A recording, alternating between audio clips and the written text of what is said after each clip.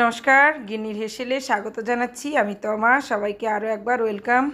সকাল সকাল বাবা আর আমি গেছিলাম বাজারে, বাবুকে স্কুলে দিয়ে বাজারে গিয়েই চোখে পড়লো এই সুন্দর পুঁটি মাছগুলো। লোভ সামলাতে পারিনি, অল্প একটু কিনেও নিয়েছি।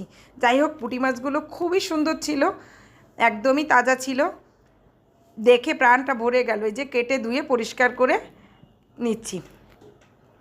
আমার আসলে মাছ, সবজি, মাংস সবই আমি নিজেই কেটে ধুয়ে রান্না করি, কারণ বুয়া কাটলে আমার মাছগুলো এত এলোমেলো করে কাটে, পছন্দ হয় না। এই যে আমি সুন্দর করে কেটে সাজিয়ে আবার একটু ছবি তুললাম। যাই হোক, এবার রান্না করব। মাছ কিনলেও আজকে রান্না করেছি একদমই সাদামাটা নিরামিষ। আজকে রান্না করব পটলের রসা, বা অনেকে বলে হলো পটলের খাসি, অনেকে বলে পটল ভাপা। যাই হোক, আমরা বলি পটলের রসা, আমার মা বলতো পটলের রসা।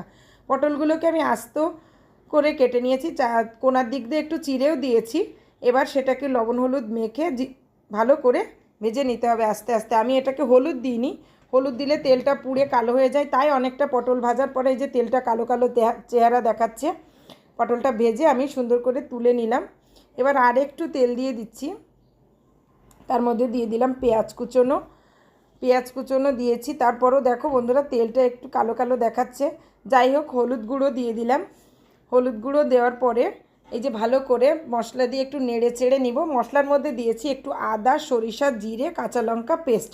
আর আমি একটু কালারের জন্য ব্যবহার করব হচ্ছে লাল মরিচ। এটা ব্যবহার করার ইচ্ছা ছিল না, কিন্তু চেহারা দেখে এতটাই অস্বস্তি লাগছিল যে একটু লাল মরিচের গুঁড়া ছিটিয়ে দিলাম।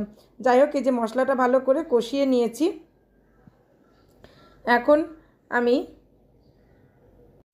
ভেজে রাখা পটলগুলো তার মধ্যে দিয়ে দিলাম। পটল দিয়ে আরেকটু হালকা হাতে নেড়ে চেড়ে এবার গরম জল দিয়ে দিব।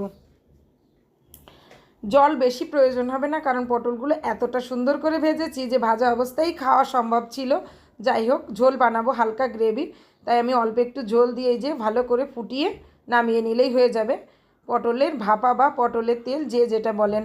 আমরা একটু তেল কম খাই, এই জন্য একদম বাইয়ে তেল দিইনি। তারপর যাই হোক, আরেকটু করেছিলাম হিং আর পাঁচফোড়ন দিয়ে একটু মুসুরের ডাল। আজকের দুপুরের মেনু ছিল এই দুইটাই, আর সঙ্গে আলু সেদ্ধ। টাটা।